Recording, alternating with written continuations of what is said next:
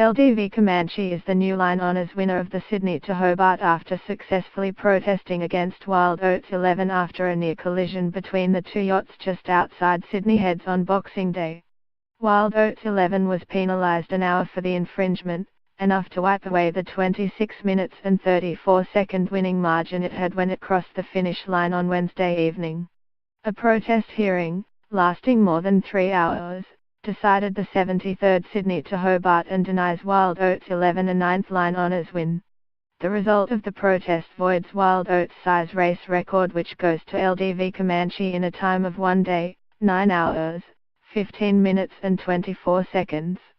The 5-person international jury took witness testimony from LDV Comanche owner Jim Cooney and navigator Stan Honey, Wild Oats XI navigator Ian Burns and tactician Ian Murray.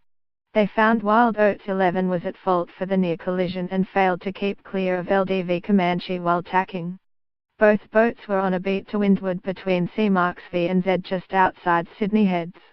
Wild Oats XI had the option to do a 720-degree penalty turn in the aftermath after LDV Comanche had raised a red protest flag, but decided against taking the maneuver. "I am thrilled to be installed as the line honours winner. It's something we've worked so hard for," Cooney said after the hearing. "It's always a bit of a shame that it may happen in these circumstances. Both boats sailed a fantastically good race. It was a close-fought race all the way. The juries decided that very clearly there was an infringement. When things come down to the wire so closely like that, I think it's only fair and reasonable that the jury acted the way they did. The boats have to be conducted responsibly and with fair respect to the conditions and the impact that your maneuvers might have, and I felt very strongly that was the case on Tuesday." LDV Comanche had led for most of the race but was overhauled by Wild Oats XI just south of Opossum Bay on Wednesday night and finished more than 26 minutes adrift. "We're very disappointed, but we're also good sports and we'll have to take this one on the chin," skipper Mark Richards said. "At the end of the day, it's a yacht race. Has someone been run over or told you've got cancer? No, it's a yacht race.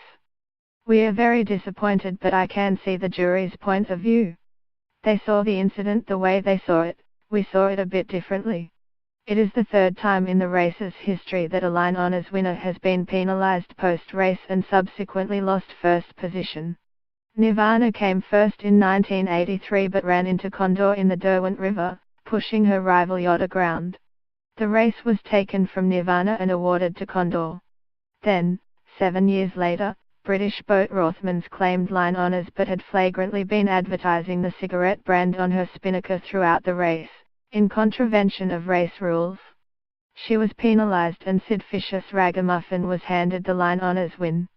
The crew aboard Wild Oats XI celebrated on Wednesday night after arriving in Hobart, having thought they'd ended a 3-year run without victory, but their misfortune has continued for another year.